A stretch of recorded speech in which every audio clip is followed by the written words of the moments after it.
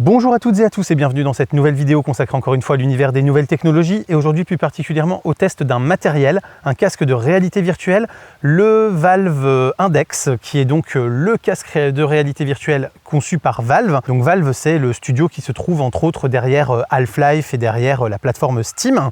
Donc tous les joueurs connaissent Valve en fait, même s'ils ne l'ont pas forcément en tête. Et donc ils ont sorti leur casque de réalité virtuelle. Le but ça a été de le tester et aussi un petit peu de le comparé à mon expérience avec l'Oculus Quest, puisqu'on est sur deux modèles radicalement différents. L'Oculus Quest, toute la puissance était embarquée directement dans le casque qui avait en fait un hardware de smartphone, pour faire simple.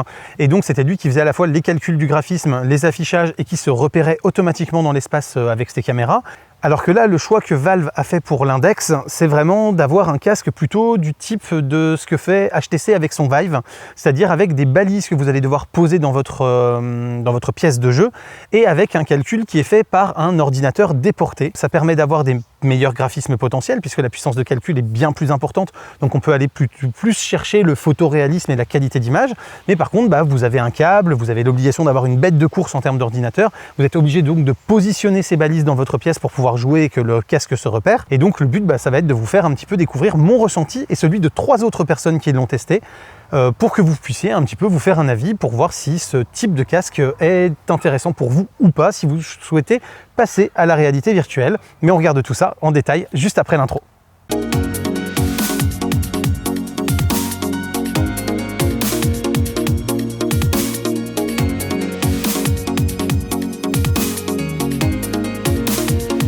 Alors, pour faire simple, en gros, on est sur un affichage en 2K, donc on est quand même sur un affichage de bonne qualité pour un casque VR, puisqu'il y en a énormément qui se contentent d'une définition en 1080p, donc là on a déjà presque 2 fois plus de pixels, donc c'est quand même pas mal, enfin 50% de pixels en plus pour être précis.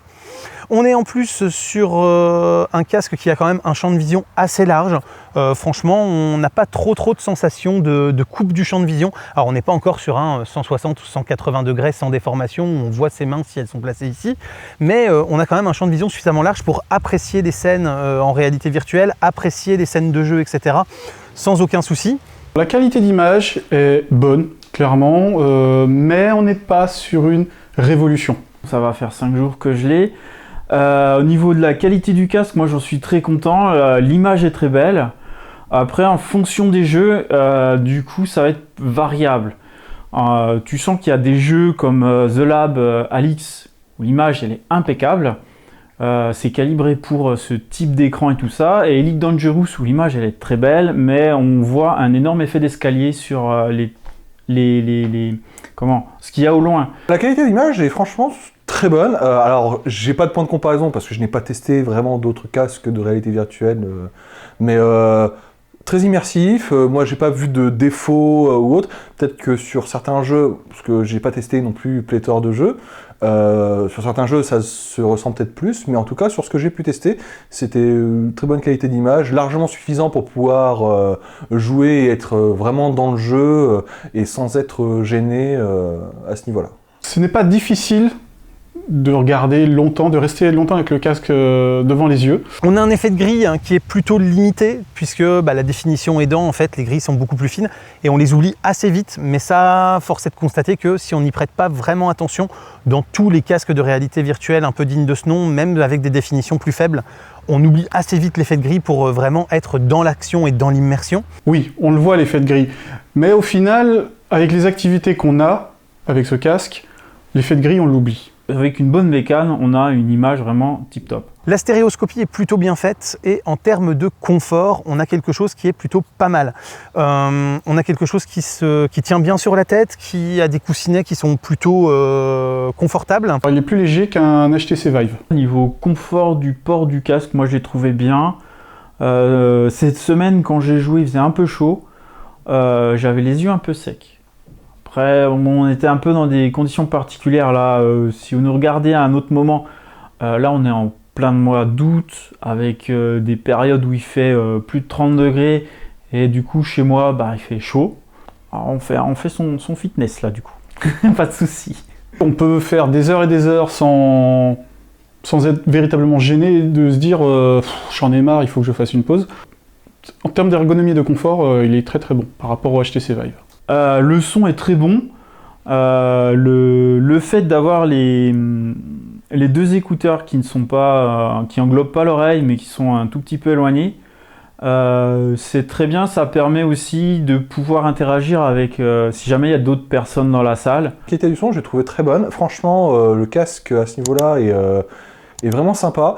Ça ne touche pas les oreilles. Pas mal du tout. On a des petits écouteurs qui ne touchent pas les oreilles, donc en termes de confort, c'est génial. Et le son est relativement bien dosé, c'est-à-dire qu'on arrive à entendre le son du casque et les gens autour de nous. Il peut être fort et donc à ce moment-là, vraiment, tu es à fond dedans. Niveau spatial, c'était nickel. Quand il y avait des bruits qui étaient à droite, à gauche, au loin, t'arrivais à repérer sans aucun problème. On n'a pas un casque trop lourd non plus qui va vous embarquer la tête quand vous la bougez ou quoi que ce soit.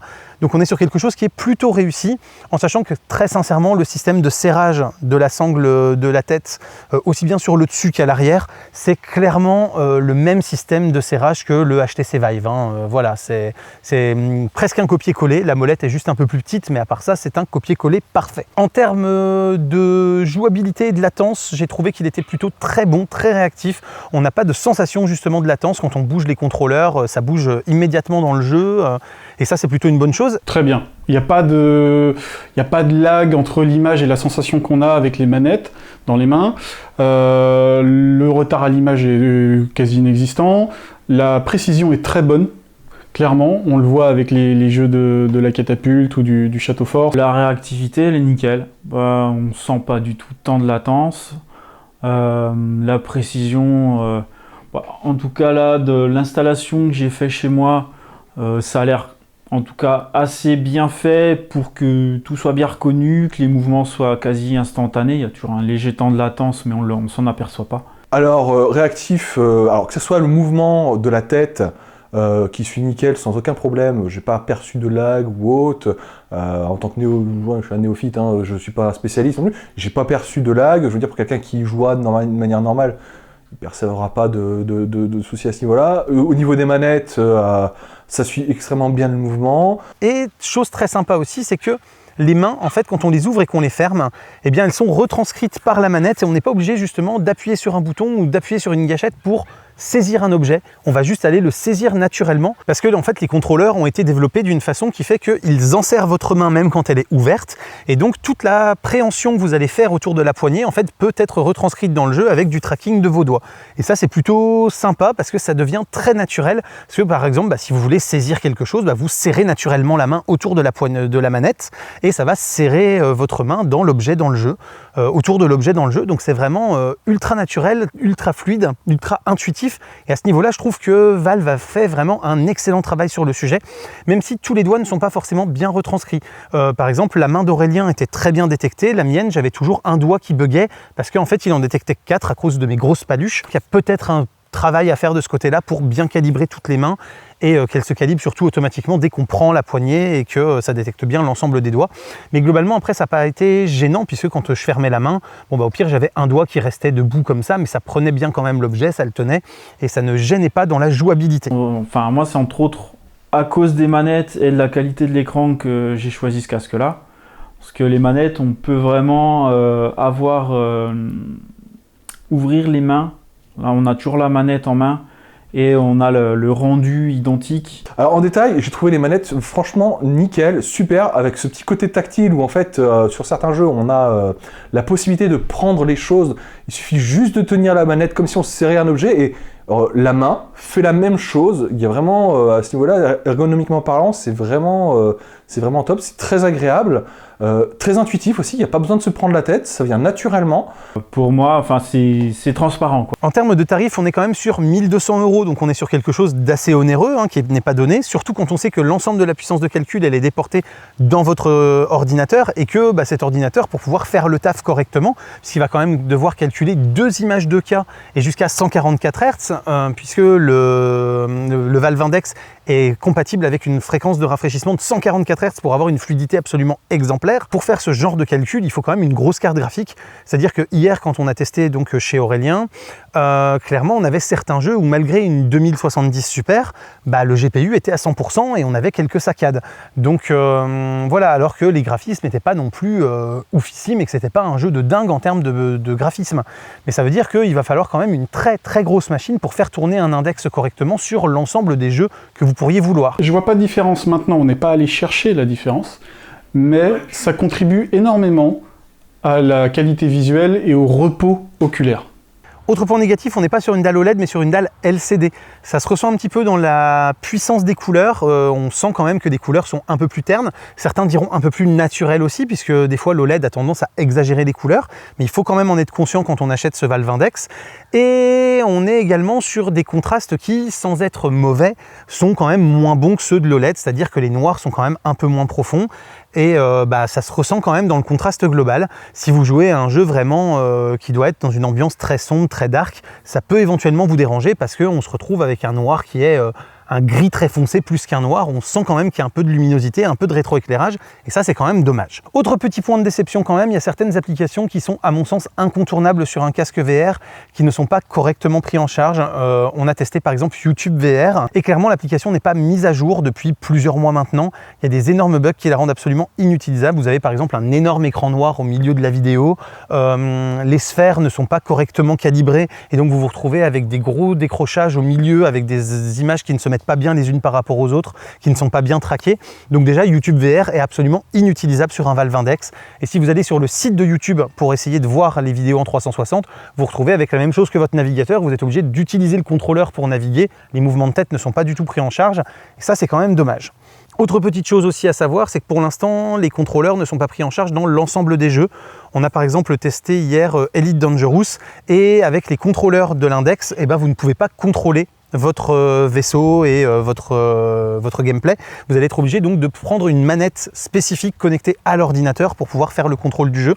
Donc ça peut être un peu dommage parce que ça aurait été beaucoup plus sympa de pouvoir piloter directement le vaisseau avec les contrôleurs en mode réalité virtuelle.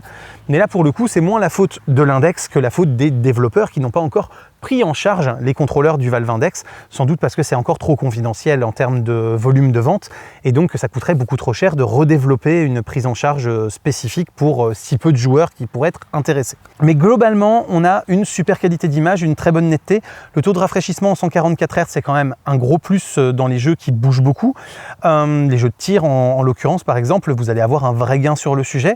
L'angle de vision est très bon, et donc le port du casque en lui-même est très agréable. Le fil ne gêne pas trop, on s'y fait. Il y a certains moments où on s'emberlificote dedans, c'est absolument impossible de faire autrement, mais globalement dans la plupart des jeux on va réussir à s'en tirer correctement et à ne pas être trop gêné par ce câble. Ça va dépendre des jeux. Il y a des jeux comme Beat Saber où le jeu ne nous demande pas de nous déplacer énormément, encore que vous n'avez pas testé la version 90 ou 180 degrés, c'est autre chose.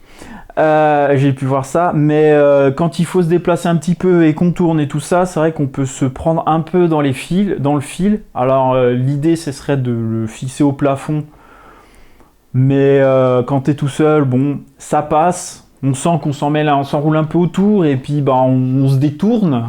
Dans des activités où il faut bouger beaucoup, je conseillerais quand même d'avoir un attache-câble ou un système qui suspend le câble derrière, parce qu'on aurait peut-être tendance à marcher dessus ou à être gêné et de se dire oh là j'ai le câble derrière, ça veut dire est-ce que je me suis déplacé, est-ce que voilà, on peut finir par perdre des repères. Ça reste un fil. Alors évidemment il est un peu derrière. Moi, il m'a pas trop gêné parce que j'avais conscience qu'il y avait un fil. De temps en temps, je l'ai senti un peu dans les pattes. Naturellement, instinctivement, je l'ai bougé moi-même avec mes pieds pour pas m'empêtrer dedans.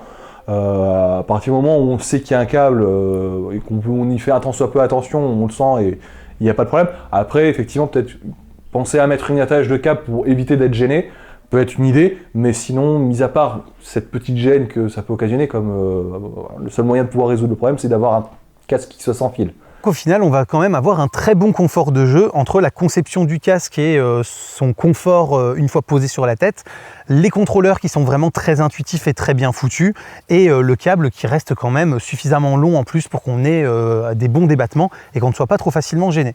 Donc au final, si je devais donner une note à ce Valve Index, je dirais que c'est une très bonne note, hein. On serait quand même pas loin du parfait. Simplement, ramené à son prix, on peut quand même regretter qu'on ne soit pas sur une dalle OLED, parce que sincèrement, quand on met 1200 balles dans un casque VR, la moindre des choses pourrait être quand même d'être sur les technologies d'affichage les plus agréables et les plus performantes. Mais peut-être qu'après, avoir du 144 Hz avec de l'OLED sur des petites dalles comme ça, c'était peut-être un peu compliqué, je ne sais pas. Même si on a déjà des smartphones qui font du 120 Hz aujourd'hui avec des dalles OLED, donc je ne pense pas que ce soit forcément le problème, mais peut-être que ça leur a posé un léger souci de conception. Et le deuxième reproche que je ferais quand même, c'est que on est sur un casque qui est très cher, et en termes d'expérience globale, je trouve que ça n'apporte pas beaucoup plus qu'un simple Quest en fait. Ok, les graphismes ne sont pas aussi bons sur un Quest parce qu'il doit se contenter de la puissance de calcul qui est embarquée dans le casque, là où avec un ordinateur déporté, on peut avoir des graphismes beaucoup plus poussés. Mais à côté de ça, ça veut dire aussi que justement dans ce Valve Index, il y a beaucoup moins de hardware à embarquer. Donc en termes de coût, on est censé avoir un coût de fabrication qui peut être plus faible. Et donc le vendre à ce prix-là, alors que tout le calcul est déporté, ça me semble quand même assez incroyable. Et la dalle en 2K en 144 Hz, à mon sens, ne justifie pas de monter sur un tel tarif. Mais on sent vraiment qu'ils l'ont développé pour être un vrai concurrent à l'HTC Vive, que HTC vend ses Vive assez cher, et donc ils se sont mis sur une position en fait en termes de tarifs qui était pour rentrer en concurrence frontale avec un Vive et pas du tout avec un Oculus justement. À mon sens, aujourd'hui, la meilleure prestation qui reste encore disponible, c'est Oculus, parce que je trouve que le rapport qualité-performance-prix en fait reste imbattable pour l'instant, et que quand vous avez un Quest ou quand vous avez un Rift S chez Oculus, puisque les deux sont au même tarif, et vous avez une solution qui est tout aussi immersive, même si la qualité d'image est un petit peu moins bonne en termes de piqué, en termes d'effet de grille, qu'elle se voit un peu plus. On arrive à être tout aussi immergé dans l'environnement. Le Quest en plus maintenant permet d'être connecté à un ordinateur pour profiter des graphismes d'un ordinateur si on le veut, avec toute la bibliothèque du Rift S. Et à côté de ça, on a un prix qui est de 30% de celui d'un Index ou d'un Vive. Donc on se retrouve avec la possibilité d'acheter 3 casques pour le même prix, et donc vraiment un rapport qualité-prix qui est absolument imbattable. J'espère en tout cas donc que cette vidéo vous a plu, que les interventions de mes compères vous auront aussi aidé à vous faire une idée sur la qualité de ce casque et ses avantages et ses inconvénients. Si c'est le cas, n'hésitez pas à penser au clap, le commentaire, le like, l'abonnement et le partage, ça fait toujours extrêmement plaisir et ça aide la chaîne à se développer. N'hésitez pas non plus à aller faire un tour sur Tipeee et sur Utip pour soutenir la chaîne financièrement, ça fait toujours très plaisir. Et quant à moi, je vous dis à très bientôt pour plein de prochaines vidéos, photos, techno, informatique et jeux vidéo qui font le contenu de la chaîne au quotidien. D'ici là, continuez de rester curieux et de regarder des vidéos sur YouTube. Salut à tous, bye bye.